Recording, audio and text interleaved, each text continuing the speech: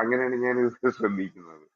അഹ് പിന്നെ പിന്നെ നമുക്ക് പാർക്കാൻ മുന്തിരിത്തോപ്പുകൾ എന്ന് പറഞ്ഞ് ഒരു സിനിമ ഉണ്ടായിരുന്നു. അതിന് ആ, അതായത് ഈ പത്മരാജന്റെ പാട്ടുകളിൽ മാത്രമല്ല പല കവിവര്യന്മാരും തങ്ങളുടെ പ്രണയം വെളിപ്പെടുത്താൻ വേണ്ടി ഇതിനകത്തുനിന്ന് പലതും എടുത്തിട്ടുണ്ട്. ഈ പിന്നെ നമ്മള് പ്രണയ കവിതകളിൽ പലപ്പോഴും ഉത്തമഗീതത്തിന്റെ പല ശലകങ്ങളും കാണാനായിട്ട് സാധിക്കും, പല പാർട്ടുകളും നമുക്ക് കാണാനായിട്ട് സാധിക്കും. അപ്പൊ അത് പലരും എടുത്തിട്ടുണ്ട്. That's one of the best songs ever written എന്നാണ്. അതായത് ഭൂലോകത്തിൽ എഴുതപ്പെട്ടിരിക്കുന്ന ഗീതങ്ങളിൽ പ്രണയകാവ്യമായിരുന്നു ശലോമോൻ രാജാവ് എഴുതിയിരിക്കുന്ന ഈ പറയപ്പെടുന്ന ഉത്തമഗീതം എന്ന് പറയുന്നത്. അദ്ദേഹം പല ഗാനങ്ങൾ രചിച്ചിട്ടുണ്ട്, പക്ഷെ അതിനകത്തുനിന്ന് ഏറ്റവും പ്രാഗൽഭ്യം നിറഞ്ഞ ഒന്നാണിത്.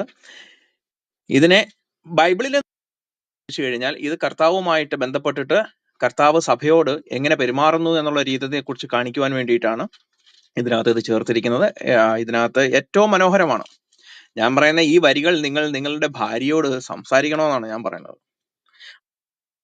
അഗാധമായ സ്നേഹം, അഗാപ്പെ, മനസ്സിലായില്ലേ? തിരിച്ചൊന്നും പ്രതീക്ഷിക്കാതുള്ള ആ ഒരു പ്രണയം നമുക്ക് അങ്ങ് ക്രിസ്ത്യാനിയാണോ അതോ അങ്ങ് പിന്നെ മുസ്ലിം ആണോ? കെ ഹലോ, കേൾക്കാമോ പറയുന്നത്? അങ്ങ് മുസ്ലിം ആണോ അതോ ക്രിസ്ത്യാനിയാണോ അതോ? ഈ ഹിന്ദുവാണ് ഞാൻ. അച്ഛൻ എല്ലാം അറിയാം, ഞാൻ എല്ലാ ദിവസവും വരണം. ഇല്ല കുഴപ്പമില്ല. ഞാൻ ജസ്റ്റ് ഒന്ന് വെരിഫിക്കേഷൻ ചെയ്തെന്ന് മാത്രമേ അല്ല, ഉള്ളൂ. അതുകൊണ്ടാണ് അപ്പോ ഞാൻ ഹാൻഡ് റൈസ് ചെയ്ത് കഴിഞ്ഞാൽ ഉടനെ തന്നെ മുകളിലോട്ട് കയറ്റുന്നത്. അതെ. അപ്പം ഞാൻ ഹാൻഡ് റൈസ് ചെയ്താൽ ഉടനെ മുകളിലോട്ട് കയറ്റുന്നത്. നമ്മൾ ഈ അനാവശ്യവും വൃത്തിയോടൊന്നും പറയത്തില്ല. നമ്മൾ സംശയങ്ങൾ ചോദിക്കുക, ഇറങ്ങിപ്പോകും, അത്രേ ഉള്ളൂ. അല്ല, ഞാൻ ചോദിച്ചതിന്റെ കാരണം സാധാരണ ഇവര് ഉത്തമഗീതം എടുത്തോണ്ട് വരുന്നതെന്ന് പറഞ്ഞു കഴിഞ്ഞാൽ പിന്നെ തിരിഞ്ഞ് അങ്ങോട്ട് പോകാൻ വേണ്ടിയിട്ട്. അപ്പൊ ഞാൻ ബൈബിള് ആധികാരികമായിട്ട് അങ്ങ് എടുക്കണമെന്ന് വേണ്ടിട്ട്. അപ്പൊ ഇതാണ് ബ്രദർ താങ്കൾ പറഞ്ഞത്. സങ്കീർത്തനത്തെ കുറിച്ചും ഇത് രണ്ട് പാർട്ടാണ്. സങ്കീർത്തനവും കീർത്തനങ്ങളാണ്, പാട്ടുകളാണ്. അത് പലരും എഴുതിയിട്ടുള്ളതാണ്. അതിനകത്ത് ദൈവിക സ്തുതികളാണ് ഉള്ളത്. ഞാൻ ജെന്യൂൻ ഡൗട്ട്സ് ചോദിക്കാറുള്ളൂ സഹോദരൻ. നമുക്ക് കംപ്ലൈന്റ്സ് ഒന്നുമില്ല. അത് ശരി, താങ്ക് യു. ഓക്കെ.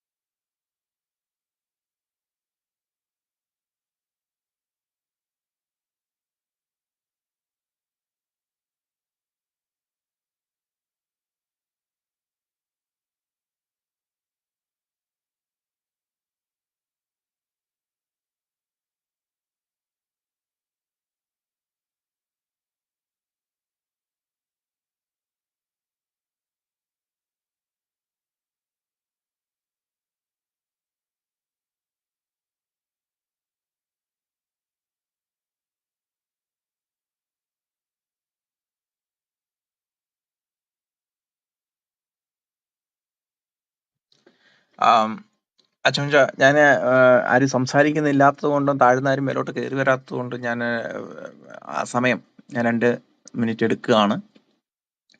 ഇവിടെ എക്യു ബ്രദർ ലാസ്റ്റ് ആയിട്ടുള്ളൂ, കാരണം ഇവിടെ നേരം വെളുത്ത് വരുന്നേ ഉള്ളൂ. അപ്പം എക്യു ബ്രദർ പറഞ്ഞതിനെ ഞാൻ ബാക്കപ്പ് ചെയ്യുന്നു. കാരണം ഞാൻ കേട്ടിടത്തോളം വളരെ നല്ലൊരു ക്ലാസ് ആയിരുന്നു. ശേഷം അദ്ദേഹം ചോദിച്ച ഒരു ക്വസ്റ്റ്യൻ ഇവിടെ ഉണ്ട്. ഉമർ, അതായത് മുഹമ്മദിന്റെ പിൻഗാമി എന്നറിയപ്പെടുന്ന ഉമർ എന്തുകൊണ്ടാണ് ഈ പറയുന്ന കല്ലിന് യാതൊരു തരത്തിലുള്ള കഴിവുമില്ലെന്ന് പറയുന്നത്? പക്ഷേ നമ്മുടെ മുഹമ്മദ് പറയുന്നത് ഇതിന് കഴിവുണ്ടെന്നും ഞാൻ ഇന്നലെ അത് എടുത്തതായതുകൊണ്ടാണ് ഞാൻ അതിന്റെ റെഫറൻസുകൾ പറയാതിരിക്കുന്നത്. റെഫറൻസ് ആർക്കെങ്കിലും ഡൗട്ട് ഉണ്ടെന്നുണ്ടെങ്കിൽ എൻ്റെ അടുത്ത് പറഞ്ഞാൽ മതി. നമുക്ക് അത് വളരെ വൃത്തിയായിട്ട് നമുക്ക് എടുക്കാനായിട്ട് സാധിക്കും. അപ്പോ ഈ പറയപ്പെടുന്ന കല്ലിന് ശക്തിയുണ്ടെന്നും ഇത് അള്ളാഹുവിന്റെ വലതുകരമാണെന്നും ഈ കല്ല് ആദത്തിന്റെ സന്താന പരമ്പരകളിലൂടെ പാപം വലിച്ചെടുത്ത് ഇത് കറുത്തുപോയി എന്നും മുഹമ്മദ് പഠിപ്പിക്കുമ്പോൾ ഉമർ പഠിപ്പിക്കുന്നത് ഈ കല്ലിന് ഒരു ശക്തിയില്ല എന്നും ഇതിനെ മുഹമ്മദ് കിസ് ചെയ്തത് കൊണ്ട് ഞങ്ങൾ കിസ് ചെയ്യുന്നു എന്നാണ് പറയുന്നത്. എനിക്ക് തോന്നുന്നു എക്യു ബ്രദർ ഇവിടെ എടുത്തിരിക്കുന്നത് Sahih Bukhari volume number 2 book number 26 ഹദീസ് 679 ബേസ് ചെയ്തിട്ട് തന്നെ ആയിരിക്കണം, അല്ലെങ്കിൽ approximately the same, doesn't matter. പക്ഷെ കണ്ടന്റ് ഈ സെയിം. അപ്പോ ഇത് മുഹമ്മദ് പറയാണ് മുഹമ്മദ് എന്ന് പറഞ്ഞു കഴിഞ്ഞാൽ മുഹമ്മദ് ഫോഴ്സ് ചെയ്യുകയാണ്. So this is a some special kind of a stone. ഇതൊരു സ്പെഷ്യൽ കൈൻഡ് സ്റ്റോൺ ആണ്. ഈ സ്റ്റോണിനകത്തൂടെ നിങ്ങൾ കിസ് ചെയ്ത് കഴിഞ്ഞാൽ, നിങ്ങൾ അതിനെ ഉമ്മ വെച്ച് കഴിഞ്ഞാൽ നിങ്ങൾക്ക് പാപം വലിച്ചെടുക്കപ്പെടും. പാപം വലിച്ചെടുക്കാൻ അല്ലെങ്കിൽ പാപം ഇല്ലാതെയാക്കാനുള്ള അധികാരം സർവശക്തനായ ദൈവത്തിന് മാത്രം ഇരിക്കെ അത് ഒരു കല്ലിലേക്ക് ആരോപിച്ചിട്ട് ഇസ്ലാം സമൂഹം നിലനിൽക്കുകയാണ്. അതുകൊണ്ടാണല്ലോ ഇവർ അവിടെ എപ്പോഴും പോകുന്നത്. പക്ഷേ ഈ മുഹമ്മദിനേക്കാൾ ഇച്ചിരിയും കൂടെ വിവരമുള്ള വ്യക്തിയായിരുന്നു ഉമർ എന്നാണ് എനിക്ക് തോന്നുന്നത്. അല്ലെങ്കിൽ പിന്നെ ഉമർ എന്തിനാണ് ഇസ്ലാം സമൂഹം പറയണം ഉമർ അള്ളാഹുവിന്റെ ദൂതര് പഠിപ്പിച്ചു എന്ന് നിങ്ങൾ പറയപ്പെടുന്ന കാര്യം എന്തുകൊണ്ട് ഉമർ ആദ്യം നിങ്ങൾ തിരസ്കരിക്കാൻ കാരണമായി? ഉമർ എന്തുകൊണ്ട് തിരസ്കരിച്ചു? ഉമർ പറയുന്നു ഈ കല്ലിന് ഒരു കഴിവുമില്ല, ജസ്റ്റ് എ സ്റ്റോൺ, ഇതൊരു കല്ല് മാത്രമാണ്. പിന്നെ ഞങ്ങൾ എന്തിനു ഉമ്മ വെക്കുന്നു എന്ന് ചോദിച്ചു കഴിഞ്ഞാൽ, ഞങ്ങൾ ഉമ്മ വെക്കുന്നത് മുഹമ്മദ് ഉമ്മ വെച്ചതുകൊണ്ടാണ്. അത് ആദ്യം നമ്മൾ മനസ്സിലാക്കണം. അപ്പോ എന്റെ ക്വസ്റ്റ്യൻ ഇതാണ്, നിങ്ങൾ സത്യം പറഞ്ഞ ഇവിടെ വന്നു കഴിഞ്ഞാൽ ഇവിടെ വരുന്ന ഇസ്ലാം സമൂഹം പലപ്പോഴും ചോദിക്കാറുള്ള, അല്ലെങ്കിൽ ഇസ്ലാം ആളുകൾ പറയാറുള്ള ഒരു കാര്യം, ഞങ്ങള് മുഹമ്മദ് ഉമ്മ വെച്ചത് കൊണ്ട് ഞങ്ങൾ ഉമ്മ വെക്കും. അപ്പോ നിങ്ങൾ യാഥാർത്ഥ്യമായി നിങ്ങൾ പിന്തുടരുന്നത് മുഹമ്മദിനെയാണോ അതോ നിങ്ങൾ യാഥാർത്ഥ്യമായി പിന്തുടരുന്നത് ഉമറിനെയാണോ എന്നൊരു ക്വസ്റ്റ്യൻ ഞാൻ മുന്നോട്ട് വെക്കുകയാണ്. അപ്പൊ അതിന് നിങ്ങൾ ആരെങ്കിലും കേൾക്കുന്നുണ്ടെങ്കിൽ ഇന്നല്ലെങ്കിൽ നാളെ നിങ്ങൾ പറഞ്ഞാൽ മതി. അപ്പോ ഈ ഉമ്മ വെക്കുന്നതോടുകൂടി സർവ്വ പാപങ്ങളും പോകാൻ വേണ്ടി നിങ്ങൾ ഫ്ലൈറ്റ് പിടിച്ച് അവിടെ പോകേണ്ട കാര്യമൊന്നുമില്ല. നിങ്ങൾക്ക് ഒരുപാട് രീതിയിൽ നിങ്ങളുടെ പാപങ്ങൾ മോചിക്കാനുള്ള കഴിവുണ്ട്. ഒന്ന്, പട്ടിക്ക് വെള്ളം കൊടുത്താൽ, നിങ്ങൾ തെരുവ് പട്ടിക്ക് വെള്ളം കൊടുത്തു കഴിഞ്ഞാൽ നിങ്ങൾ സ്വർഗത്തിൽ പോകും. ഓന്തിനെ ഒറ്റയടിക്ക് കൊന്നു കഴിഞ്ഞാൽ നിങ്ങൾ സ്വർഗത്തിൽ പോകും. അങ്ങനെ ഒരുപാട് കാര്യങ്ങൾ നിങ്ങൾക്കുണ്ട്. ഒരുപാട് ക്രിയകൾ നിങ്ങൾ ചെയ്തു കഴിഞ്ഞാൽ നിങ്ങൾക്ക് സ്വർഗത്തിൽ പോകുവാനുള്ള വഴി അള്ളാഹു തുറന്നിട്ടുണ്ട്.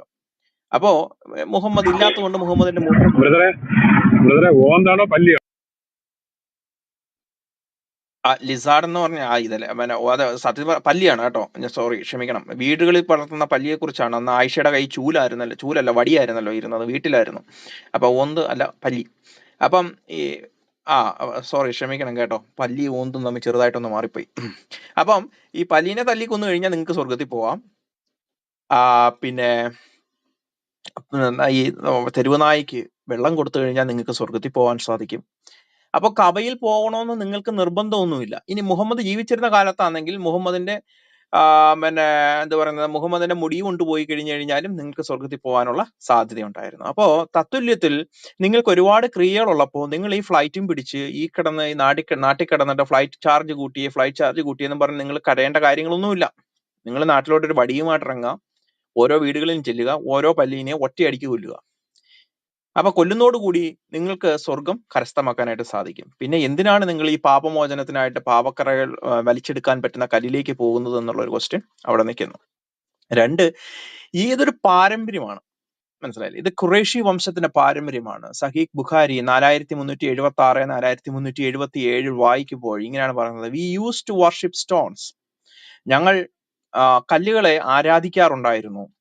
And when we found a better stone than the first one, ഞങ്ങൾ ആദ്യം ഉപയോഗിച്ചുകൊണ്ടിരുന്ന അല്ലെങ്കിൽ ആദ്യം ആരാധിച്ചുകൊണ്ടിരുന്ന കല്ലിലും ശ്രേഷ്ഠമായ ഒന്ന് പിന്നീട് കണ്ടെത്തി കഴിഞ്ഞാൽ we would throw the first one and take the later.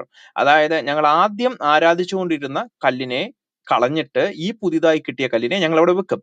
But if you could not get a stone then we could collect some earth or soil. ഇനിയിപ്പോ ഞങ്ങൾക്ക് കല്ല് കിട്ടിയില്ല എന്നുണ്ടെങ്കിൽ, ഒരു കല്ലിന്റെ പ്രാധാന്യം നിങ്ങൾ മനസ്സിലാക്കണം.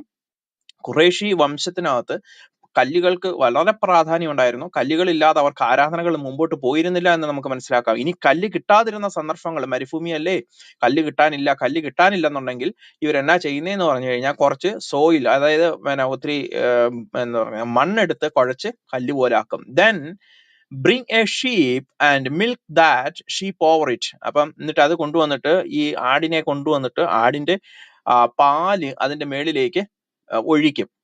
പെർഫോം ദ തവാഫ് അറൌണ്ട് ഇറ്റ്. എന്നിട്ട് ഞങ്ങൾ അതിന്റെ ചുറ്റും തവാഫ് ചെയ്യും, ഞങ്ങൾ ഇങ്ങനെ ചുറ്റും നടക്കും.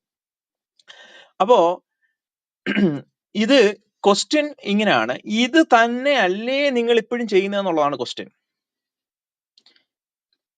മുഹമ്മദ് ഉമ്മ വെച്ച കല്ല് കല്ലല്ല, ഇപ്പൊ അത് ചിപ്സ് ആയിട്ടുണ്ട്. അതെന്ന് വെച്ചാൽ തല്ലി പൊടിച്ചു കളഞ്ഞു. അപ്പൊ 8 ചിപ്സ് ആണ്, അത് ഗ്ലൂ വെച്ച് ഒട്ടിച്ചു വെച്ചിരിക്കുകയാണ്. അപ്പോൾ ഈ ഒട്ടിച്ചു വെച്ചിരിക്കുന്ന ആ കല്ല് അവിടെ ഇരിക്കുമ്പോൾ നിങ്ങൾക്ക് അതെടുത്ത് കളയാൻ പറ്റാത്തത് ഈ കല്ലിനെ ആണ് മുഹമ്മദ് മുത്തി എന്നുള്ള ഒറ്റ കാരണം കൊണ്ടാണ്. ഇല്ലെങ്കിൽ നിങ്ങൾ ഈ കല്ലെടുത്ത് കളഞ്ഞിട്ട് വേറെ ഒരു കല്ല് അവിടെ കൊണ്ടുവച്ചേനെ. അതുകൊണ്ട് നിങ്ങൾ പറഞ്ഞുണ്ടാക്കി ഇത് സ്വർഗത്തിൽ നിന്ന് വന്നുള്ള കല്ലാണ്, ഇത് ക്ഷമിക്കണം, പാപം മറിച്ചു കിട്ടുന്ന അല്ലെങ്കിൽ പാപം മാറ്റിക്കളയുന്ന കല്ലാണ് എന്ന് പറയുന്നു. പക്ഷേ ഇവിടെ എന്റെ ക്വസ്റ്റ്യൻ, സഹീഹ് ബുഖാരി 4376 പറയുന്നതിനനുസരിച്ച് ഇതൊരു പാരമ്പര്യമാണ്, ഇത് ഖുറൈശി വംശത്തിന്റെ പാരമ്പര്യമാണ്. കല്ലുകളെ ആരാധിച്ചു വന്നിരുന്ന, കല്ലുകളെ ദൈവമായി കരുതിക്കൊണ്ടിരുന്ന ഒരു, അതിന് ചുറ്റും തവാഫ് അല്ലെങ്കിൽ അതിനു ചുറ്റും നടന്നുകൊണ്ടിരുന്ന അല്ലെങ്കിൽ ഓടിക്കൊണ്ടിരുന്ന ഒരു സമൂഹത്തിൽ നിന്നാണ് ഇസ്ലാം സമൂഹം ജനിക്കുന്നത്. സ്വാഭാവികമായിട്ടും അവരുടെ ആരാധനാ രീതികളും അവരുടെ ദേവന്മാരെയും അതുപോലെ എടുത്ത് ഇസ്ലാം സമൂഹം തോളിലേറ്റി എന്ന് വേണം പറയുവാൻ. ഇന്നും നിങ്ങൾ ചെയ്യുന്നത് ഇത് തന്നെയാണ്. പുതിയ കല്ല് കിട്ടാത്തത് കൊണ്ടല്ല, പഴയ കല്ലിന് എന്തോ മഹിമയുള്ളത് കൊണ്ട് മാത്രം നിങ്ങൾ അതിനെ കളയുന്നില്ല. അതിപ്പോഴും പോയി, അതിപ്പോ ചിപ്സ് ആയി പോയി എന്ന് വെച്ചാൽ വളരെ മൈന്യൂട്ടായിട്ട് കാണാൻ പോലും ഇല്ലാത്ത രീതിയിൽ അങ്ങനെ ആയി പോയിരുന്ന ഈ സാധനത്തെ നിങ്ങൾ ഇന്നും വെച്ചിട്ട് നിങ്ങൾ ഇന്നും ഓടി നടക്കുന്നു. അപ്പോ ആട്ടുംപാൽ ഒഴിച്ചിട്ട് ഒരു ദേവനെ ഉണ്ടാക്കിയിരുന്ന ഖുറേഷികൾ ഇന്ന്, ഖുറേഷ് എന്ന വംശത്തിൽ നിന്ന് വന്ന ഇസ്ലാം സമൂഹം ഇന്നും നിങ്ങൾ വർഷിപ്പ് ചെയ്യുന്നത് അതേ രീതിയിൽ തന്നെയാണ്, ഒരു മാറ്റവുമില്ല. ഇതിൽ ഏറ്റവും മനോഹരമായുള്ള കാര്യം, ഈ കല്ല് ഈ ഈ അന്ന് കല്ലായിരുന്നു. ഈ നമ്മുടെ ടീം അംഗങ്ങൾ ഇത് എഴുതുമ്പോൾ, അതായത് നമ്മുടെ ബുഖാരി ഒക്കെ എഴുതുന്ന സമയത്ത് അത് കല്ലായിരുന്നിരിക്കണം. ഇപ്പോ അത് തല്ലിപ്പൊടിച്ചു പോയി, അള്ളാഹുവിന്റെ വലത് കൈ തല്ലിപ്പൊടിച്ചു, മനസ്സിലായി, നാട്ടുകാരെ തല്ലിപ്പൊടിച്ച് പീസാക്കി കളഞ്ഞു. എന്നിരുന്നാലും പോട്ടെ, ഈ സാധനം അവസാനം എഴുന്നേക്കൂന്നാ പറയുന്നത്. ഈ എഴുന്നേറ്റിട്ട്, ഞാൻ ഇന്നലെ പറഞ്ഞ കണക്ക്, ഇത് എഴുന്നേറ്റ് ഇതിന് കണ്ണും വെക്കും നാവും വെക്കും. അപ്പൊ ഇതൊരു അസാധാരണ കല്ലാണ്, സാധാരണമായുള്ള ഒരു കല്ലല്ല, അസാധാരണമായ ഒരു കല്ലാണ്. അതുകൊണ്ടാണ് ഇവർ ഓടിപ്പോയി അവിടെ പോയി മുത്തും ചെയ്യാനായിട്ട് പോകുന്നതിന്റെ പ്രധാന കാരണം. പ്രിയ സഹോദരങ്ങളായ മുസ്ലിങ്ങളെ, നിങ്ങൾ ചെയ്യുന്നത് വിഗ്രഹാരാധന തന്നെയാണ്. വിഗ്രഹാരാധന എന്ന് പറയാൻ പറ്റത്തില്ല, വിഗ്രഹത്തിനകത്തും താഴോട്ട് പോകുന്ന നിങ്ങൾ പറയുന്ന ജാഹിലിയ കാലഘട്ടത്തിൽ ഖുറേഷികൾ ചെയ്തുകൊണ്ടിരുന്ന അതേ കാര്യം പുതിയ പുത്തൻ ഉടുപ്പിട്ടിട്ട് നിങ്ങൾ പറയുന്നു ആഹാ ഇതാണ് പുതിയത് എന്ന് പറയുന്നത്. പുതിയതല്ല, ഇത് പഴയത് തന്നെയാണ്. ഈ പഴയതിനെ നിങ്ങൾ പുതുമയാക്കി കൊണ്ടു നടക്കുക മാത്രമാണ്. നിങ്ങൾ ഈ ഫ്ലൈറ്റ് പിടിച്ച് അവിടെ പോയി വിഗ്രഹാരാധന ചെയ്യുന്നത് കൊണ്ട് നിങ്ങളുടെ പാപം മോചിക്കുമെന്ന് നിങ്ങൾ കരുതുന്നുണ്ടെങ്കിൽ ശുദ്ധ അസംബന്ധമാണ്. നിങ്ങളുടെ ദൈവമായ നിങ്ങളുടെ അള്ളാഹുവിന് നിങ്ങൾ ഇരിക്കുന്ന സ്ഥലത്ത് നിന്ന് നിങ്ങൾക്ക് പാപമോചനം നടത്തുവാൻ കഴിവില്ല എങ്കിൽ അവൻ ബലഹീനനാണ്, അവൻ അശക്തനാണ്, അവൻ സർവശക്തനല്ല.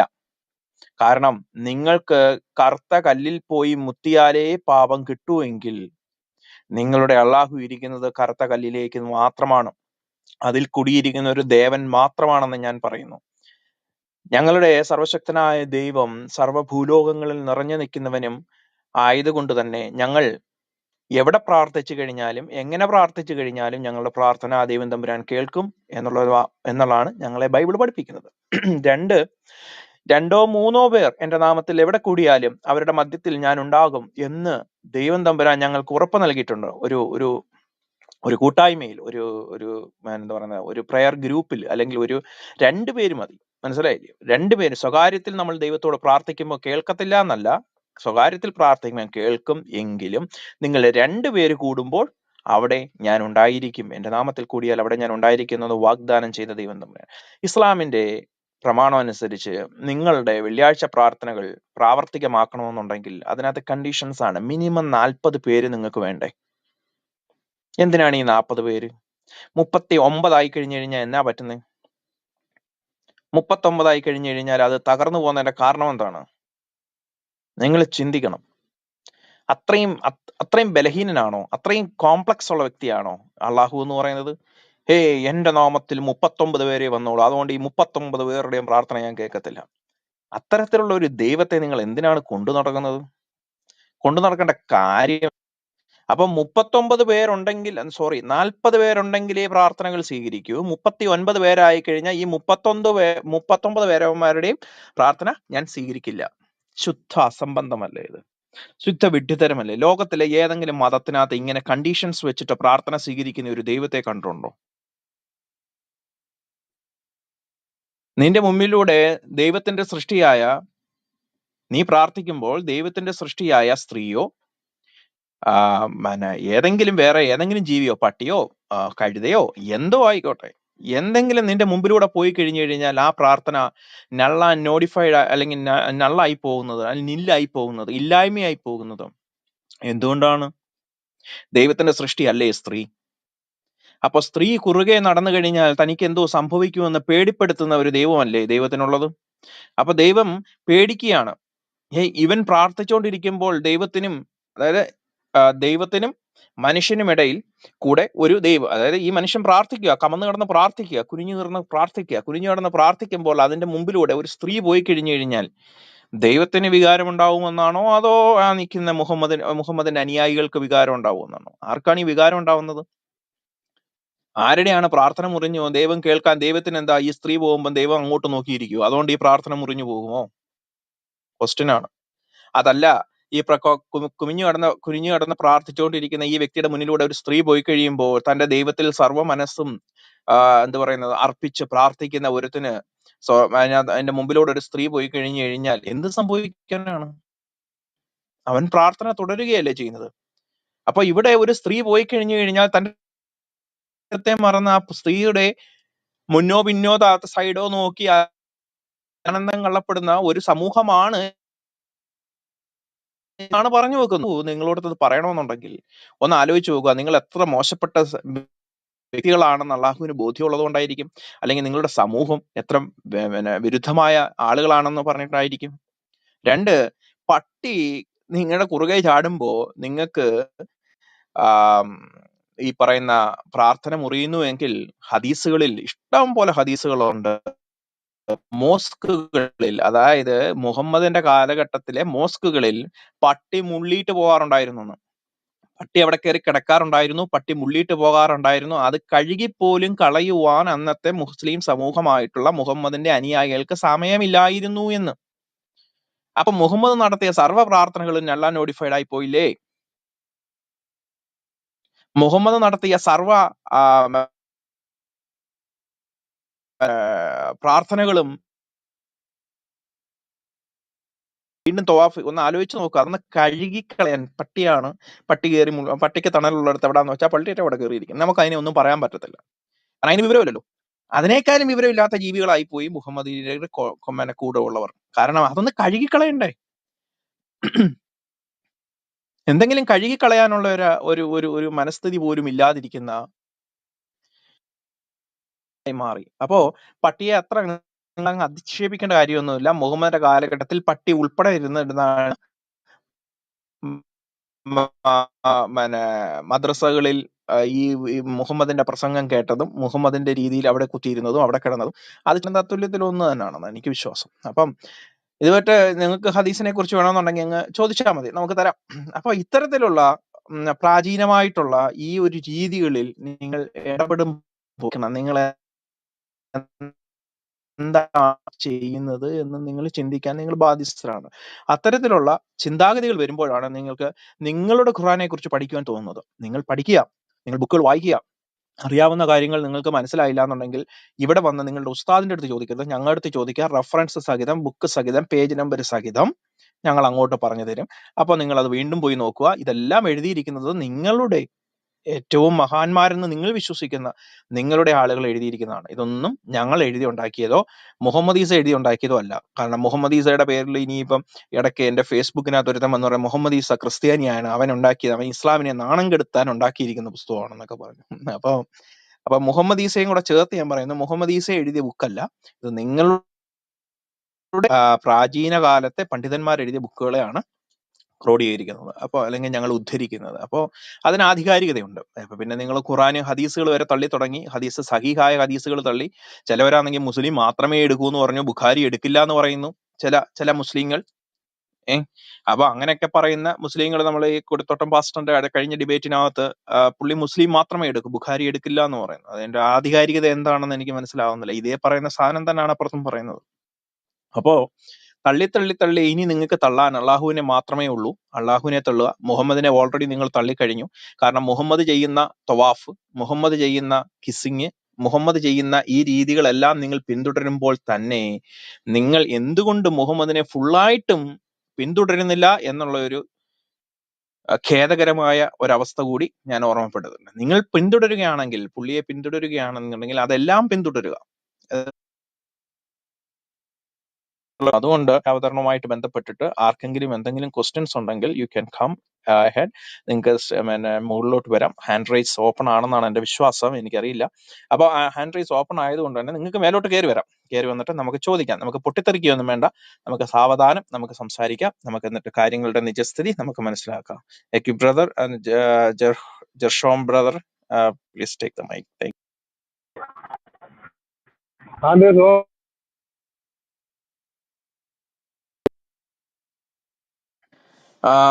ബ്രദറെ കേട്ടില്ല, എന്തോ ബ്രേക്ക് ആയി പോയി. റസാഖ് ബ്രദറെ, താഴെ എവിടെങ്കിലും ഇരിപ്പുണ്ടെങ്കിൽ താങ്കൾ മേലോട്ട് വരൂ. താങ്കൾ ഇതിനകത്ത് എന്തെങ്കിലും തെറ്റുണ്ടെന്നുണ്ടെങ്കിൽ താങ്കൾ ചൂണ്ടിക്കാണിക്കുക. നമുക്കൊരു പരസ്പര സംഭാഷണത്തിനകത്തൂടെ പോവാം. റസാഖ് ബ്രദർ ഉണ്ടല്ലോ, മേലോട്ട് കയറി വരൂ. റസാഖ് ബ്രദറെ, ദയവേത് താങ്കൾ മുകളിലോട്ട് വരിക. താങ്കൾ വന്ന് ചോദിക്കുക. ഈ സഹി ബുഖാരിയുടെ റെഫറൻസ് ഒന്നുകൂടെ പറയാമോ? ഞാൻ ഉപയോഗിച്ച റെഫറൻസ് എന്ന് പറഞ്ഞു കഴിഞ്ഞാല് സഹി ബുഖാരി 1597. താങ്കൾ 4000 സംതിങ് പറയുന്ന കേട്ടായിരുന്നു. അതെനിക്ക് ഒന്ന് പറയാവോ?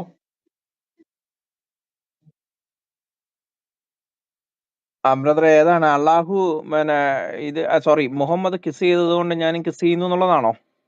അതുപോലത്തെ 3-4 ഞാൻ കണ്ടായിരുന്നു. പക്ഷെ ഈ സഹി ഞാൻ യൂസ് ചെയ്തതല്ല എന്ന് പറഞ്ഞു കഴിഞ്ഞാല് സഹി മുസ്ലിമിന്ന് 2 യൂസ് ചെയ്തായിരുന്നു. അതുപോലെ സഹി ബുഖാരിന്ന് 1 പിന്നെ എല്ലാം ജാമിയ തിർമിദിന്നും സുനൻ അൻ-നസായി എന്നായിരുന്നു. അപ്പൊ ഈ സഹി ബുഖാരി 4000 സംതിങ് പറയുന്ന പോലെ കേട്ടായിരുന്നു താങ്കൾ.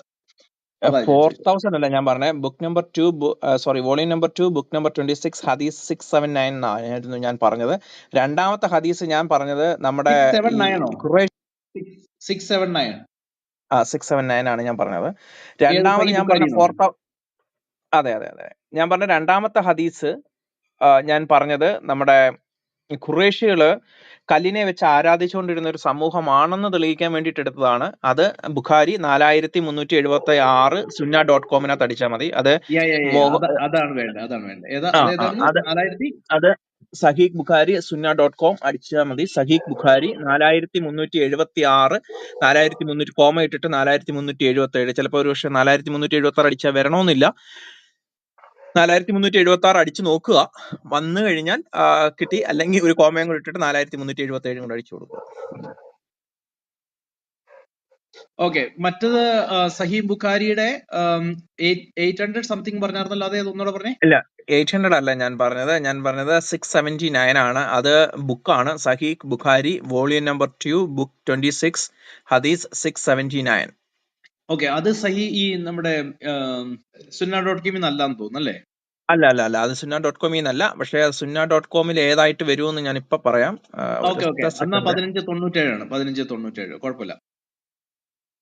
അത് ഹദീത്ത് കളക്ഷനകത്ത് അത് കറക്റ്റ് കിടപ്പുണ്ട്. അത് അതിനകത്ത് 15 എനിക്കറിയത്തില്ല അതിനകത്ത്. പക്ഷെ ഹദീത്ത് കളക്ഷനകത്ത് അത് കറക്റ്റ് ബുക്ക് നമ്പർ ആയിട്ട് വരുന്നുണ്ട്.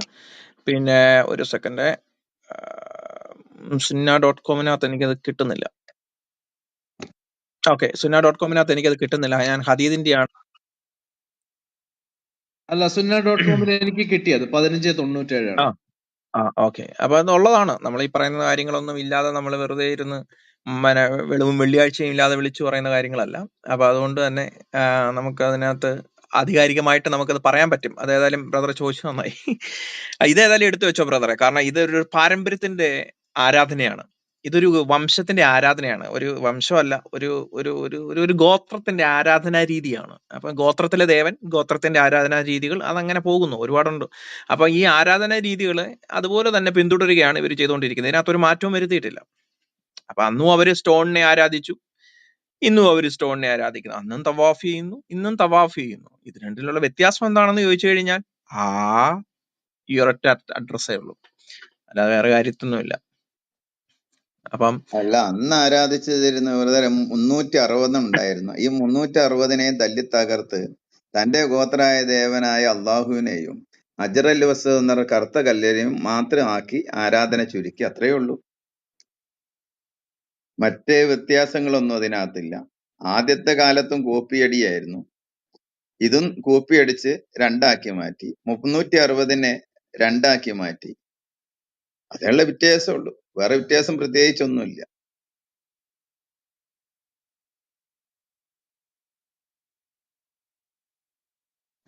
തീർച്ചയായിട്ടും അലി ബ്രദറെ വളരെ കറക്റ്റ് ആണ്. അത് 365 എണ്ണത്തിനെയും തല്ലി തകർത്തതിന് ശേഷം ഇതിലെ ഒരെണ്ണം എടുത്ത് വെച്ചിട്ട് ആഹാ ഇതാണ് ഇതെന്ന് പറയുന്നു.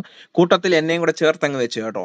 അതാണ് ശ്രദ്ധിക്കേണ്ടത്. ഞാനും കൂടെ ഉണ്ടെങ്കിലേ അള്ളാഹുവിന് ദൈവത്വം നിലനിൽക്കാൻ പറ്റൂ. കാരണം ഞാനും കൂടെ വേണം. ഞാനാണ് ഞാനില്ലാതെ എന്ത് അള്ളാഹു. അപ്പൊ എന്നെയും കൂടെ അതിന്റെ വാലറ്റത്ത് കയറ്റി അങ്ങ് കെട്ടിപ്പിടിപ്പിച്ചു. അപ്പൊ ഞാൻ ആരായി? ഞാനും ഏകദേശം ഒരു കുഞ്ഞ് അള്ളാഹു ആയി മാറി. അപ്പൊ മുഹമ്മദ് ഇല്ലാതെ യാതൊരു കാരണവശാലും മുന്നോട്ട് പോകത്തില്ല. ഞാൻ നോക്കിയത് ഈ പുള്ളി ഇതൊക്കെ തല്ലി തകർത്തിരിക്കുന്ന സമയത്തെ പുള്ളി ഒരു ഇതും കൂടെ ചെയ്തായിരുന്നു. അതായത് ഞാൻ അതിന്റെ ലിങ്കാ തപ്പുന്നത്. അതായത് പുള്ളി അതിനകത്ത് ഈ പിന്നെ ഈസായുടെ അമ്മ മെറിയത്തിന്റെയും ഒരു ഫോട്ടോ ഉണ്ടായിരുന്നു. ആ ഫോട്ടോ പുള്ളി എടുത്ത് കളഞ്ഞില്ല എന്ന് ഇസ്ലാമിന്റെ ചരിത്രകാരന്മാർ രേഖപ്പെടുത്തിയിട്ടുണ്ട്. ഞാൻ അതിന്റെ അത് എപ്പോഴാണ് അത് എഴുതി വെച്ചിരിക്കുന്നതെന്ന് ഞാൻ നോക്കിയിരിക്കുന്നത്. അതാണ് എന്റെ ലിങ്ക് ഞാൻ കാണുന്നില്ല, പക്ഷെ ഞാൻ കണ്ടുപിടിച്ച് തരാം. അപ്പൊ ഇതാണ് അതിന്റെ ഒരു രീതി. അപ്പൊ പുള്ളി അതെന്തുകൊണ്ട് എടുത്ത് കളഞ്ഞില്ല എന്നൊരു ക്വസ്റ്റ്യൻ ഉണ്ട്. ഇസായെ പേടിച്ചിട്ടാണോ അതോ പുള്ളിക്ക് ഒരു ഭയം ഉണ്ടായിരുന്നോ എന്നുള്ള കാര്യം അവരാണ് പറയേണ്ടത്. അപ്പൊ അല്ല, 360 ദേവന ചന്ദ്രമാസം എന്ന് പറയുന്നത് നമ്മളിപ്പോ വിശ്വസിക്കുന്നത് 365 ദിവസം ഉണ്ടല്ലോ. എന്നാൽ ഈ ചന്ദ്രമാസം എന്ന് പറയുന്നത് 360 ദിവസമേ ഉള്ളൂ. അപ്പൊ ഈ 360 ദിവസം ഓരോ ദേവതകളെ ആയിരുന്നു അവർ ആരാധിച്ചിരുന്നത്, അറബികള്. ഓരോ ദേവതകളെ, മനസ്സിലായോ? ഒരു ദിവസം അള്ളാഹുവിനാണെങ്കിൽ ഒരു ദിവസം അള്ളാഹിന്റെ പെമ്മക്കളായ ലാത്തയെ, അടുത്ത ദിവസം മനാത്തയെ, അടുത്ത ദിവസം ഉസ്സയെ, അങ്ങനെ ഓരോന്ന് മാറി മാറി മാറി 360 ദിവസം 360 തന്നെ ആയിരുന്നു അറബികൾ ആരാധിച്ചിരുന്നത്. എന്നാൽ മുഹമ്മദ് എന്താക്കി മാറ്റിയത്? എല്ലാം കൂടെ, അത് തന്നെ ഖുർആനിൽ പറയുന്നുണ്ടല്ലോ, നീ എല്ലാം കൂടെ ഒരു ദൈവമാക്കി മാറ്റിയതാണോ എന്ന്. അതുപോലെ ഇവിടെ എന്താണ്, പ്രത്യേകിച്ച് ഈ കാണുന്ന കാര്യങ്ങളൊക്കെ വളരെ വ്യക്തമാണ്. തന്റെ ഗോത്രദേവനായ അന്ന് ഇബ്ൻ ലുഹായി എന്ന് പറഞ്ഞ വ്യക്തി ആണ് ഈ അള്ളാഹുവിനെ കൊണ്ടുവന്ന് പ്രതീക്ഷിച്ചെന്നാ പറയുന്നത്. ഗുസാ ഗോത്രത്തിന്റെ ദേവനായിരുന്നു, അല്ല പ്രധാന വ്യക്തിയായിരുന്നു. ആര്? ഈ അള്ളാഹു എന്ന് പറയാനല്ലേ, ഹുബാൽ എന്ന് അദ്ദേഹം കൊണ്ടുവന്ന് ഈ ഗുസാ ഗോത്രത്തിന്റെ പ്രധാന തലവനായിരുന്നു അദ്ദേഹം. അത് കുറച്ചു കാലം കഴിഞ്ഞപ്പോ എന്താക്കിയെന്ന് അറിയാമോ? അത് ഖുറൈശി ഗോത്രത്തിന്റെ പ്രധാന ദേവനാക്കി മാറ്റി.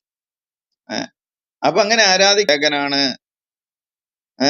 ലാഹി, നിങ്ങൾ എല്ലാവരും എന്ത് ചെയ്യണം? ലാഹി ലാഹ ഇല്ലല്ലാ, അള്ളാഹു ആണ് ദൈവം എന്ന് പറയണം, മുഹമ്മദാണ് അള്ളാഹിന്റെ റസൂൽ എന്ന് പറയണം എന്ന് മുഹമ്മദ് എന്ത് ചെയ്തു? പഠിപ്പിച്ചു, പറയാനായിട്ട് അവര് പഠിപ്പിച്ചു.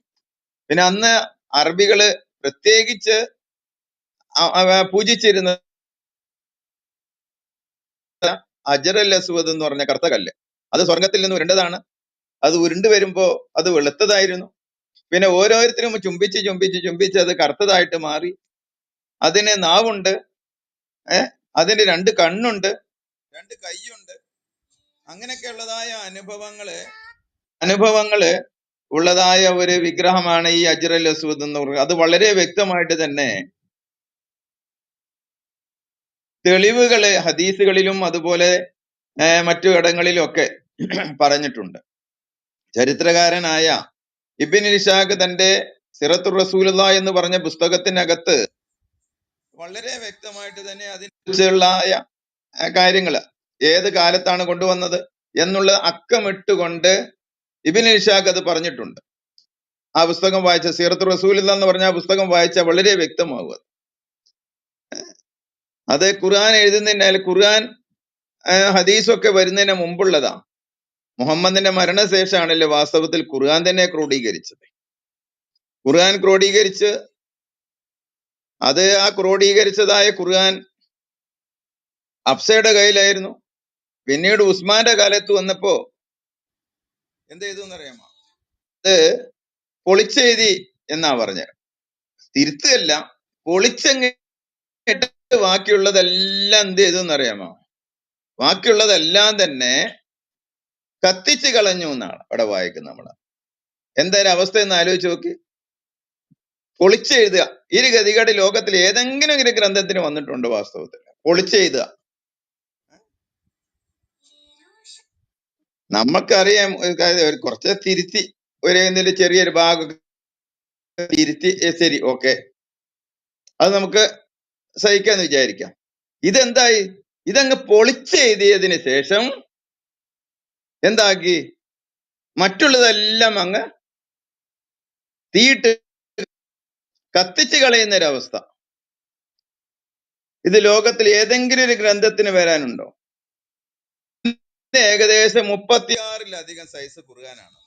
2 സൈസ് അല്ല, 36 സൈസ് ഖുർആൻ. മനസ്സിലായോ? 42ഓളം സൈസ് ഖുർആൻ ഉണ്ട് പോലും. അത് ഓരോന്നിലും ആയിരക്കണക്കിന് തെറ്റുകളാണ്. ഒന്നും രണ്ടും തെറ്റല്ല.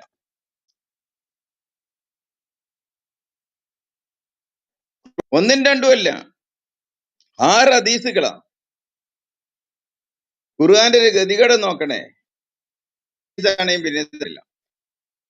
ഖുർആൻ പൂർണ്ണമല്ലാത്തത് കൊണ്ടല്ലേ ഈ 6 ഹദീസ് ഉണ്ടാക്കേണ്ടി വന്നത്. ഹദീസ് മാത്രമാണോ? അതിന്റെ പുറമെ പിന്നെ സിറകള്, അതിന് പുറമെ പിന്നെ മുസ്ലിമായി തീരണമെങ്കിൽ ഷഹാദത്ത് കലിമയെങ്കിലും ഓതിയെങ്കിൽ മാത്രമേ ഒരു വ്യക്തി മുസ്ലിമായി തീരത്തുള്ളൂ. അതുപോലും അക്കം ഇട്ടുകൊണ്ട് നിരത്താത്ത ഒരു ലോകത്തിലെ ഏക ഗ്രന്ഥം പറഞ്ഞത് ഖുർആൻ മാത്രമേ. ഇസ്ലാം കാര്യം എന്ന് പറയും, മറ്റേ ഈമാൻ കാര്യം 5, 6, 11 കാര്യങ്ങളാ. ഈ 11 കാര്യം പോലും എന്നാൽ അള്ളാഹു മുഹമ്മദിന് പെണ്ണ് കൂട്ടി കൊടുക്കുന്ന കാര്യം പറയാനായിട്ട് എഴുതാനായിട്ട് മറന്നതുമില്ല. പക്ഷെ വളരെ ഇമ്പോർട്ടന്റ് ആയ കാര്യങ്ങള് 5, 6, 11 ഒരാൾ മുസ്ലിം ആകുമ്പോ ആദ്യമായിട്ട് ചെല്ലേണ്ട, അല്ലെങ്കിൽ ചെല്ലിയില്ലെങ്കിൽ അവൻ മുസ്ലിം ആവത്തില്ല. അത് അള്ളാഹു മറക്കുകയും ചെയ്തു. മുഹമ്മദിന് പെണ്ണ് കൂട്ടി കൊടുക്കുന്ന കാര്യം എഴുതാൻ അള്ളാഹു മറന്നതുമില്ല. നോക്കണേ, ഇത്രയും ഗതികെട്ട ഒരു ഗ്രന്ഥം വേറെ എവിടെ ഉണ്ടാകാനാ? ആർക്കുണ്ടാകാനാ? ഏതെങ്കിലും ഒരു മതത്തിനുണ്ടോ? നോക്ക്. അവരവരുടെ മതം കത്തിച്ച് അവര് തന്നെ കത്തിച്ച് കളഞ്ഞ ഒരു ലോകത്തിലൊരു മതം വേറെ മതത്തിൽ വേറെ ഏതെങ്കിലും ഒരു മതം നോക്കി. നമ്മുടെ ലോകത്തിൽ പല പല മതങ്ങളില്ലേ? ശത്രുക്കളെ നശിപ്പിക്കണമെങ്കിൽ പോട്ടെ, അത് നമുക്ക് അംഗീകരിക്കാന്ന് വിചാരിക്കുക. ശത്രുക്കളെ നശിപ്പിക്കുന്ന ബൈബിൾ അതുപോലെ ശത്രുക്കളെ പല ആൾക്കാരും നശിപ്പിക്കാനൊക്കെ ആയിട്ട് ശ്രമിച്ചിട്ടുണ്ട്. അത് പോട്ടെ. അവര് തന്നെ ചുട്ട് ചാമ്പലാക്കുക എന്നൊക്കെ പറഞ്ഞു കഴിഞ്ഞാൽ ഒരു അവസ്ഥ ഒന്ന് ആലോചിച്ച് നോക്കുക. 6 ഹദീസ്, എന്നിട്ട് അതിനകത്ത് മുഹമ്മദിന്റെ ജീവിതം പൂർണ്ണമായിട്ടുണ്ടോ? ഈ 6 ഹദീസില് 250ഓളം വർഷങ്ങൾക്ക് ശേഷം ക്രോഡീകരിച്ചതാ അവിടുന്ന് ഇവിടുന്നൊക്കെ. എന്നിട്ട് അവർക്ക് ഇഷ്ടപ്പെട്ട് എടുത്തു, ബാക്കിയൊക്കെ എന്ത് ചെയ്തു? അതങ്ങ് ഒഴിവാക്കി. പിന്നെ മുഹമ്മദിന്റെ ജീവചരിത്രം കിട്ടണമെങ്കിൽ ചരിത്രകാരനായ ഇബ്നു ഇസ്ഹാഖിന്റെ പുസ്തകത്തിലേക്ക് പോകണം. അങ്ങനെ മുഹമ്മദ് വന്ന് എന്ത് ചെയ്തു? ഇതെല്ലാം തല്ലി തകർത്തു. തന്റെ ഗോത്രദേവനെ എന്താക്കി? ദൈവമാക്കി മാറ്റി പുള്ളി. എന്താ അവസ്ഥ ഒന്ന് ആലോചിച്ച് നോക്കി എന്റെ സുഹൃത്തുക്കളെ. നിങ്ങളൊന്ന് ആലോചിച്ച് നോക്ക് നിങ്ങളൊരു ഗ്രന്ഥത്തിന്റെ ഒരു അവസ്ഥ. അത് സ്വർഗത്തിൽ നിന്ന് ഇറങ്ങി വന്നാണ് പോലും. ഉരുണ്ട് ഉരുണ്ട് ഉരുണ്ട് ഉരുണ്ട് എവിടെയും തടഞ്ഞു നിർത്തുകയൊന്നും ഇല്ല എന്ന് തോന്നുന്നത്. നേരെ സ്വർഗത്തിൽ നിന്ന് ഉരുണ്ട് തടസ്സമൊന്നുമില്ലാതെ നേരെ എന്ത് ചെയ്തു? ഇവിടെ കഅബയിൽ വന്ന് നിന്നു. വേറെ എവിടെയും തടഞ്ഞു നിന്നില്ല. വെളുത്തതായിരുന്നു. പിന്നെ ഓരോരുത്തരും ഇങ്ങനെ ചെന്ന് ചെന്ന് ചെന്ന് മുത്തി മുത്തി മുത്തി മുത്തി ഇപ്പൊ ഈ കൊലത്തിലായി. മുത്തി മുത്തി ആ 5-8 കഷ്ണമായി മാറിയത് അത്. അപ്പൊ അങ്ങനെ ഒരു ഗതികെട്ട ഗ്രന്ഥം ലോകത്തില് വേറെ ആർക്കും ഉണ്ടാകാൻ ഒരു സാധ്യതയില്ല, ഒരു മതത്തിനും ഉണ്ടാവുകയില്ല. അപ്പൊ അതുകൊണ്ടൊക്കെ മുസ്ലിം സുഹൃത്തുക്കളെ നമ്മളൊന്ന് ചിന്തിക്കണം കേട്ടോ. ഓരോരുത്തരും അതിനെക്കുറിച്ച് ചിന്തിക്കണേ. ദയവ് ചെയ്ത് ഈ ഗ്രന്ഥത്തെ കുറിച്ചൊക്കെ ഒന്ന് പഠിക്കാൻ ശ്രമിക്കുക. ഓക്കെ.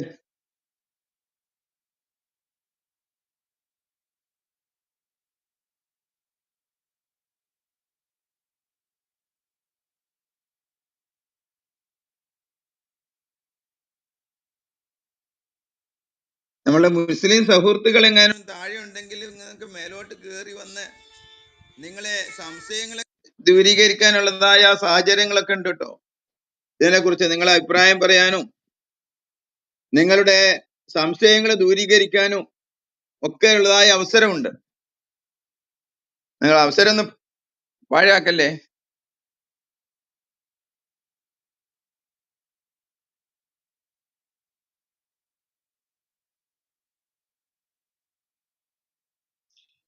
അച്ഛൻ ബ്രദറെ കേൾക്കുന്നുണ്ടോ?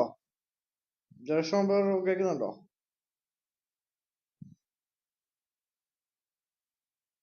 മോഡറേറ്റേഴ്സ്, അച്ഛൻ ബ്രോ ആൻഡ് ജോഷോൺ ബ്രോ കേൾക്കുന്നുണ്ടോ?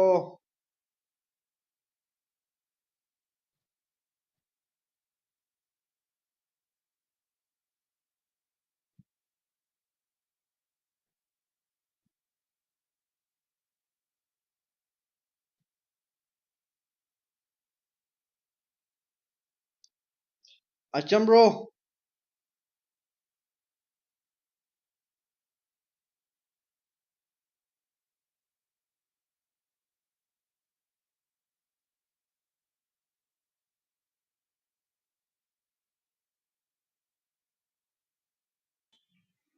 അവർ കേൾക്കണല്ലോ.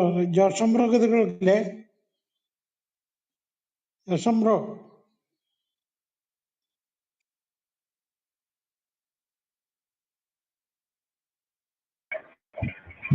കുറച്ച് ബിസിയാണേ. Okay okay. ഞാന് നമ്മുടെ നാസർ ഉണ്ടായിരുന്നു, നാസർ ഓടി. ശോ. നിരീക്ഷകൻ കേറിയോ? ബൈബിള് സംശയമല്ല, ഖുർആന്റെ സംശയങ്ങളാ. ടോപ്പിക് ഇട്ടിട്ടുണ്ട്. പാല് പോലുള്ള കറുത്തുപോയ ഏക കല്ലിനെ ചുംബിക്കാൻ ജനങ്ങളുടെ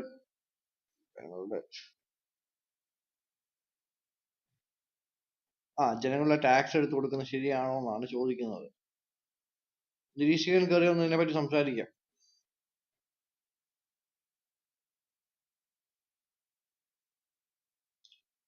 റസാഖിനും കയറുകയാണ്. റസാഖ്, നിരീക്ഷകൻ കയറുക. താഴെ നിന്നിങ്ങനെ പേടിച്ചിരിക്കാതെ കയറുക. മുഹമ്മദിനെ പോലെ ഭീരു ആവാതെ മേലോട്ട് കയറുക. ബോൺ ബ്രദറെ, അല്ല, ഈ ബൈബിളിൽ ഇങ്ങനെ ഒരു കറുത്ത കല്ലിനെ കുറിച്ചോ കറുത്ത കല്ലോ വെളുത്ത കല്ലോ അതിനെ തവാഫ് ചെയ്യണമെന്നോ വല്ലതും യേശുക്രിസ്തു പഠിപ്പിച്ചിട്ടുണ്ടെങ്കിൽ അവർക്ക് ചൂണ്ടിക്കാണിക്കാം. നമ്മൾ വല്ലതും കാണാതെ പോയതാണെങ്കിലോ ബൈബിളിനെ കുറിച്ച് അങ്ങനെ ഒരു ആക്ഷേപം ഉണ്ടെങ്കിൽ അവർക്ക് ചൂണ്ടിക്കാണിക്കട്ടെ, നമുക്കതൊന്ന് നോക്കുകയും ചെയ്യാം. പക്ഷെ ആദ്യം ഇതിനെക്കുറിച്ച് പറഞ്ഞിട്ട് അതിനകത്തോട്ട് പോകണം, ബൈബിളിലോട്ട്. ഇവിടെ കിടന്ന് ഉരുണ്ട് കളിക്കാൻ പറ്റത്തില്ല. അത് ബോൺ ബ്രദർ ഒന്ന് ഡിസ്ക്ലൈമർ ആയിട്ട്. തീർച്ചയായിട്ടും. അല്ല, നമ്മൾ ആദ്യം ഇസ്ലാം എടുക്കത്തുള്ളൂ. അല്ലെങ്കിൽ ഇവരുടെ സ്ഥിരം തക്കിയാന്ന് പറഞ്ഞ ബൈബിളിൽ നിന്ന് സംശയമുണ്ടെന്ന് പറഞ്ഞാൽ കയറി വരും. അപ്പം ഇവിടെ ആദ്യം അംഗീകരിക്കും, ഈ ബൈബിളിൽ സംശയം കഴിഞ്ഞു കഴിഞ്ഞാൽ ഖുർആൻ എടുക്കാന്ന് ആദ്യം അംഗീകരിക്കും. പക്ഷെ ബൈബിളിൽ നിന്ന് ഒരു ചോദ്യം ചോദിച്ച് നമ്മൾ അതിന് 10 വട്ടം ഉത്തരം കൊടുത്താലും ഉമ്മ സമ്മതിക്കത്തില്ല. കാര്യം എന്ന് വെച്ചാല് ഖുർആനിലോട്ട് കയറാൻ പാടില്ല. അതുകൊണ്ട് ആദ്യം ഖുർആനിലെ സംശയം, അതിന് ഉത്തരം. ഞങ്ങൾ പിന്നെ ഒത്തിരി ക്വസ്റ്റ്യൻ ചോദിക്കത്തൊന്നുമില്ല. നിങ്ങൾ ഉത്തരം പറഞ്ഞു, നിങ്ങളെ പോലെ ഉടായ്പൊന്നും കളിക്കത്തില്ല. ഞങ്ങൾ ചോദ്യം ചോദിക്കും, നിങ്ങൾ ഉത്തരം പറയുക. ഉത്തരം ഞങ്ങൾക്ക് ഇഷ്ടപ്പെട്ടാലും ഞങ്ങൾ ഉത്തരം മതി. എന്നിട്ട് തിരിച്ച് ബൈബിളിൽ എടുക്കാം. അങ്ങനെയുള്ളവർക്ക് മേലോട്ട് കയറി വരാം. മോണ്ട് ബ്രദറെ, ഒരു കാര്യം കൂടിയേ. ഇന്ന് പകല് നമ്മുടെ മോനു എന്ന് പറഞ്ഞ ആ സഹോദരനോട് കയറി വന്നു. എന്നിട്ട് ഇവിടെ ഇരുന്ന ആൾക്കാരെ അസഹ്യപ്പെടുത്തി. എന്താ കാര്യം എന്ന് വെച്ച് കഴിഞ്ഞാല്, ഞാൻ പറയട്ടെ എന്റെ സമയത്തിനുള്ളിൽ നിങ്ങൾ കിടക്കരുതെന്നും പറഞ്ഞ് കുറെ നേരം ഇരുന്ന് അയാൾ പറഞ്ഞിട്ട് ഒറ്റച്ചാട്ടം സ്ഥലം വിട്ടു. നമ്മൾ അങ്ങോട്ട് ചോദിക്കുന്ന കാര്യത്തിന് മറുപടി പറയില്ല. അതായത് ഈ ഞാൻ പറയട്ടെ അവന് അയാളുമല്ല പറയേണ്ടത്, നമ്മൾ ചോദിക്കുന്ന ചോദ്യത്തിന് ഉത്തരം പറയണം. അല്ലാത്തവരെ ഇവിടെ ഇരുത്തുകയും ചെയ്യരുത്. ഇവൻ കുറെ നേരം എടുത്ത് വയൽ പറഞ്ഞേച്ച് തന്നെ ചാടി ഇറങ്ങിയ ഉരുപ്പിന്നൊക്കെ പോയി. അപ്പൊ നമ്മൾ പുളിങ്ങായി. ശരിക്കും പറഞ്ഞാല് അവൻ പറഞ്ഞത് മുഴുവൻ നമ്മളിവിടെ നിന്ന് ആവശ്യമില്ലാത്ത കാര്യങ്ങൾ മുഴുവൻ നമ്മൾ കേട്ട്. ഓക്കെ, താഴെ നിരീക്ഷകൻ, കറുത്ത കല്ലിനെ കുറിച്ച് സംശയമൊന്നുമില്ല. ഞങ്ങൾക്ക് സംശയമുണ്ട് നിരീക്ഷക. നിങ്ങൾ ഈ കറുത്ത കല്ലിനെയാണ് ആരാധിക്കുന്നത്. നിങ്ങൾ ഈ കറുത്ത കല്ലിന് നേരെ നോക്കിയാണ് ഇവിടുന്ന് ലോകത്തുള്ള സകല മുസ്ലിങ്ങളും കറുത്ത കല്ലിനെ നോക്കിയാണ് ആരാധിക്കുന്നത്. അതായത് ആ ദിശയിലേക്ക് നോക്കി ആരാധിക്കുന്നത്. നിങ്ങൾ ഹജ്ജിന് പോകുമ്പോൾ അവിടെ പോയിട്ട് ആ കറുത്ത കല്ലിനെ വലയം വെക്കും. വലയം വെച്ച് ആ കറുത്ത കല്ലിനെ നേരെ നോക്കി കുമ്പിടും, അതിന് ഉമ്മ കൊടുക്കും. അപ്പൊ നിങ്ങൾ കറുത്ത കല്ലിനാണ് ആരാധിക്കുന്നത്. നമുക്ക് ഒത്തിരി സംശയങ്ങളുണ്ട്, മേലോട്ട് കയറുക. നിങ്ങൾ താഴെ ഇങ്ങനെ മുഹമ്മദിനെ പോലെ ഭീരുവായിട്ട് ഇരിക്കാതെ മേലോട്ട് കയറുന്ന നസ്രാണികളോട് സംസാരിക്കുക. അല്ല പോണ്ട് ബ്രദറെ, അള്ളാഹു ഏകൻ തന്നെ. അവനെ എന്താ പറയാ, അവന് പങ്കുകാരില്ല. അങ്ങനെയാണെന്നുണ്ടെങ്കിൽ മുഹമ്മദിന് അറിയത്തില്ലായിരുന്നു ഈ കല്ലിനെ നോക്കി അള്ളാഹു അക്ബർ പറഞ്ഞപ്പോ ഇത് അള്ളാഹുവിന്റെ പങ്കുകാരനല്ലെന്ന്. അതും നിസാരക്കാരനല്ല കല്ല്, പാപം പുറത്തു കൊടുക്കാനുള്ള കഴിവ്. അവസാന കാലത്ത് കണ്ണും നാക്കും, വായ ഉണ്ടാവുമോ എനിക്കറിയത്തില്ല, പക്ഷെ നാക്കും കണ്ണും ഉണ്ട്, അത് പറഞ്ഞിട്ടുണ്ട്. പക്ഷെ വായില്ലാത്ത മുഖത്ത് എങ്ങനെയാ നാക്ക് വരുന്നതെന്ന് എനിക്ക് മനസ്സിലാകത്തില്ല. അതൊക്കെ ഒന്ന് പറഞ്ഞു തന്നെങ്കിൽ നല്ലതായിരുന്നു. ബോണ്ടി ബ്രദറെ,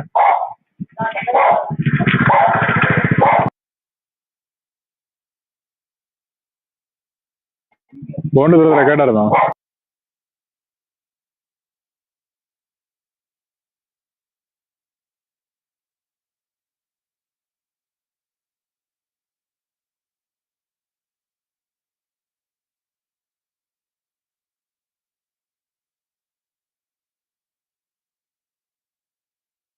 മോഹൻ ബ്രദർ കേൾക്കുന്നില്ലെന്ന് തോന്നുന്നു. ജാക്സൺ ബ്രദറെ, അല്ല കാർത്തിക, അവസാന നാളുകളില് ഈ കല്ലിന് കണ്ണുണ്ടാവും, നാക്കും ഉണ്ടാവും, പക്ഷെ വായ ഉണ്ടെന്ന് പറയുന്നുണ്ടോ? ഇല്ലല്ലോ. വായ ഉണ്ടെങ്കിൽ നാക്ക് കൊണ്ട് പറയാനുള്ളൂ. അത് അച്ഛൻ ബ്രദർ പറയുന്നതാണ് അതിന്റെ ഉത്തരം. കാരണം എന്ന് വെച്ചാൽ ഇതിന് തുമ്പും പാലും ഇല്ലല്ലോ. താഴെ നമ്മുടെ മോഹൻ എന്ന് പറയുന്ന സഹോദരനെ അല്ല, അന്നേരം മുഹമ്മദിന് വ്യക്തമായിട്ട് അറിയായിരുന്നു ഈ അള്ളാഹു എന്ന് പറയുന്നത് ഈ കല്ലിനെയാണ് ഈ മുഹമ്മദ് അള്ളാഹു എന്ന് വിളിച്ചത്. അല്ലെന്നുണ്ടെങ്കിൽ പറയുന്നു മുഹമ്മദ് ചേർക്കാനേ കഴിയില്ലെന്ന് പറയുന്നു മുഹമ്മദ്. അങ്ങനെയാണെന്നുണ്ടെങ്കിൽ ഈ കല്ലാണ് അല്ല, മുഹമ്മദിന് അറിയത്തില്ല പരിശുദ്ധാത്മാവ് ആരാന്ന്. അള്ളാഹുവിന് അത്രയും പോലും അറിയത്തില്ല.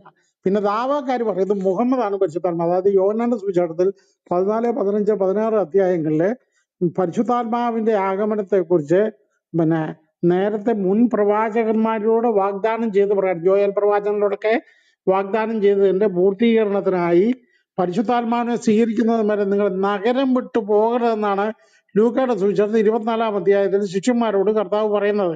നിങ്ങൾ ഈ ഉന്നതത്തിൽ നിന്ന് ശക്തി ധരിക്കുന്നവരെ നിങ്ങൾ ഈ നഗരം വിട്ടു പോകരുത്. ഇപ്പൊ അതുപോലെ എന്റെ പിതാവിന്റെ വാഗ്ദാനം നിങ്ങൾ കാത്തിരിക്കുവിൻ. യേശുക്രിസ്തു ഏറ്റവും ഒടുവിൽ ശിഷ്യന്മാരോട് സംസാരിച്ച വാക്യം തന്നെ ഈ അപ്പസ്തോല പ്രവൃത്തികൾ 1 അധ്യായം 8 വാക്യമാണ്. എന്നാൽ പരിശുദ്ധാത്മാവ് നിങ്ങളുടെ മേൽ വന്നു കഴിയുമ്പോൾ നിങ്ങൾ ശക്തി പ്രാപിക്കും.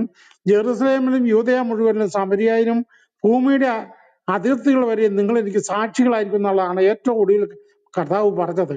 ഈ വചനപ്രകാരം യേശുക്രിസ്തു ഒരു സെക്കൻഡ് കത്തോലിക്ക, നിങ്ങളൊരു 8:10 ആകുമ്പോഴത്തേക്ക് എൻഡ് ചെയ്യണം. ഞാൻ കുടുംബ പ്രാർത്ഥനയിൽ ഇരിക്കുക, ക്ഷമിക്കണം. നമ്മുടെ TF-ന്റെ റൂമുണ്ട്. ഓക്കെ, കേട്ടോ ഞാൻ പറഞ്ഞത്? ആയിക്കോട്ടെ ചുമ.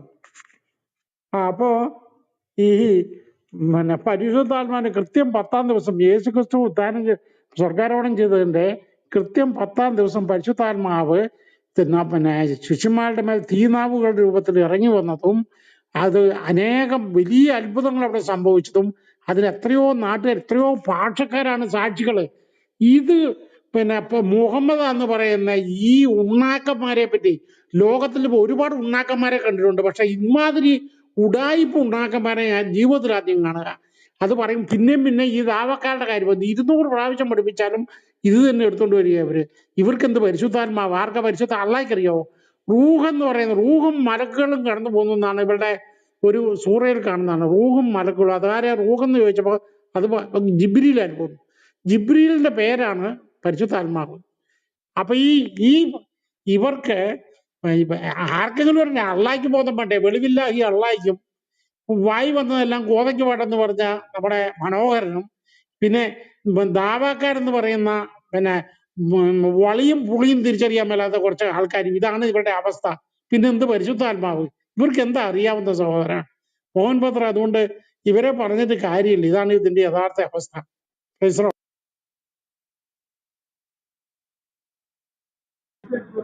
ഉണ്ണാക്കനല്ലാത്ത എന്താ പേര്, ഇഷാഖാൻ ഉണ്ടാക്കാൻ അല്ലെങ്കിൽ മേലോട്ട് വന്ന് അതൊന്ന് തെളിയിച്ചതാ. ഞങ്ങള് കണ്ടതിൽ ഈ അവിടെ ഇരിക്കുന്ന നിങ്ങൾ മുഹമ്മദ് പഠിപ്പിച്ച അള്ളാഹു